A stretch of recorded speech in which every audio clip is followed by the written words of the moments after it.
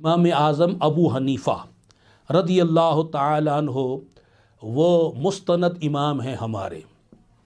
ہم حنفیوں کا امام ہی نہیں، باقی مذاہب والے جو ہے وہ بھی آپ کا اکرام و احترام کرتے ہیں. سبحان اللہ. داتا حضور نے اپنی کتاب میں آپ کی بھی فضیلتیں بیان کی ہیں. خود داتا حضور حنفی المذہب ہیں. سبحان اللہ. تو وہ امام اعظم ابو حنیفہ رحمۃ اللہ علیہ سے سوال کیا گیا، حضور یہ بتائیے کہ مذہب اہل سنت کیا ہے؟ اہل سنت والوں کا مذہب اور عقیدہ کیا ہے؟ تو آپ نے جو جواب دیا پلے گرا باندھ لیجئے. فرمایا وَتُفَضِّلُ الشَّيْخَيْنِ وَتُحِبُّ فرمایا خَطَنَيْنِ وَتَرَى الْمَسْحَ عَلَى خُفَّيْنِ.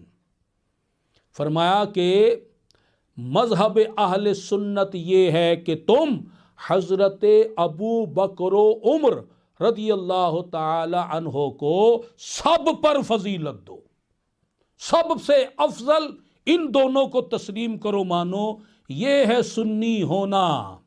اور فرمایا حضرت عثمان و علی رضی اللہ تعالی عنہما سے محبت کرو اور موضوع پر مسا کو جائز جانو.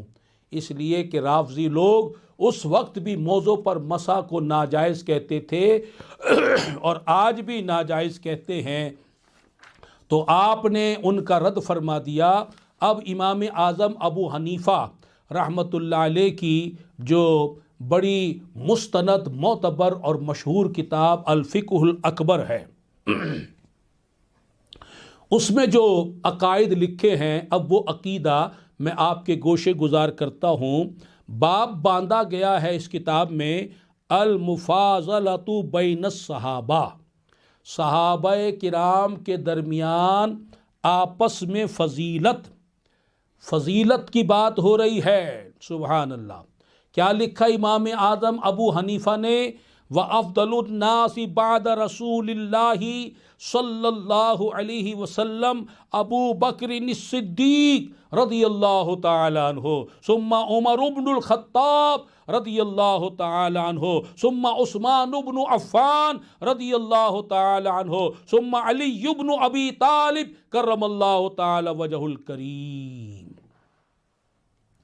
اور سیدنا ملا علی قاری علیہ رحمت الباری اس کی شرح میں لکھتے ہیں والحاصل ان افضل الناس بعد الانبیاء علیہم الصلاۃ والسلام ابو بکر الصدیق رضی اللہ تعالی عنہ. امام اعظم ابو حنیفہ کے بیان کردہ عقیدے سے یہ بات واضح ہو گئی کہ تمام انسانوں کے بعد، تمام نبیوں کے بعد، تمام انسانوں میں جو سب سے افضل ترین ہے، اعلیٰ ترین ہے، وہ حضرت ابو بکر صدیق رضی اللہ تعالی عنہ ہیں.